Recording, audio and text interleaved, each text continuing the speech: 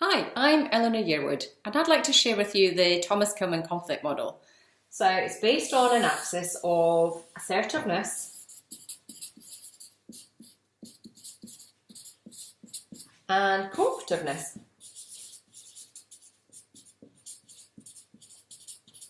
And the Thomas Kilmann Conflict Model suggests that there are 5 different behavioural styles that we use, depending on the circumstances or situations that we're in. The thing is that with the Thomas Kilmann Conflict Model, the theory is that we may only use 1 or 2 of the styles rather than using all 5. So depending on the actual context of the conflict, you may actually want to have the flexibility, but more often than not, what happens is that human beings get stuck in using just 1 or 2 of these. So to raise your awareness, are you using high assertive, and in the model it's called compete. So compete is about standing your ground, defending your point of view.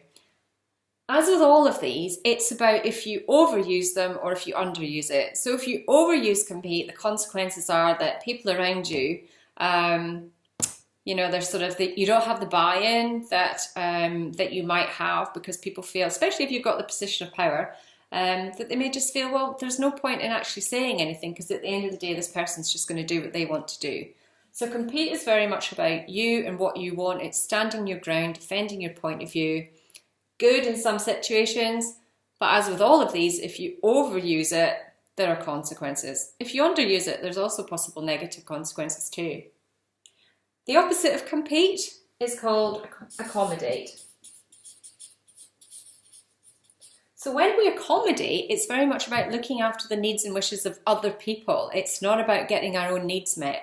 As I said, with all of these, it's if you overuse accommodate or if you underuse, there are consequences. If you overuse it, the chances are that people will take what they want, if you like, and you're not getting your needs met. And then there's a possibility of you feeling frustrated and resentful that actually, why are they not looking after me? I'm always looking after their needs and wishes. So simple thing, like let's say there's 1 pen in the room. When it comes to conflict, people who maybe do this high assertiveness, they would just take the pen without thinking. It's very much about looking after their needs and wishes. The accommodate style is more about, please, you have the pen. No, honestly, you have it. I'll get it later. So it's always about looking after the other person. The opposite between accommodate and this one here, which often people mistake as being quite similar, but the avoid is, if there's a pen and there's 1 pen in the room and there's 2 people in the room who both want it, they're actually really not interested. It's about low assertive, low cooperativeness. They're not really going to get into the conflict. They don't see it as a problem. Whereas accommodating, they do actually have a need. It's just not fulfilled. If you avoid, the chances are that you don't really care about the pen. The opposite of avoid then is about collaborate. So when you're in this particular mode, this is very much about high assertive, but also high cooperativeness. This is a win-win. This is where, again, there are consequences. If you overuse it, you're spending too much time on possible trivial matters. If you underuse it, people don't feel like you're interested in their point of view. And lastly, this one is about compromise. This is let's make a deal. So it's a bit of compete, a bit of collaborate, sort of midway between assertiveness and cooperativeness.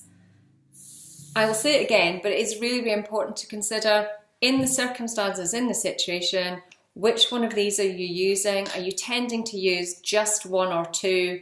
Is it the right situation? Do you need to possibly have more flexibility in looking at what style you use when there is potential conflict? Basically, where you've got a point of view and someone else has got a different point of view. Are you looking at how best to communicate in order to get your needs met? And also considering what else is going on in the situation. So I hope that's been helpful, and thanks very much for watching. Cheers, bye.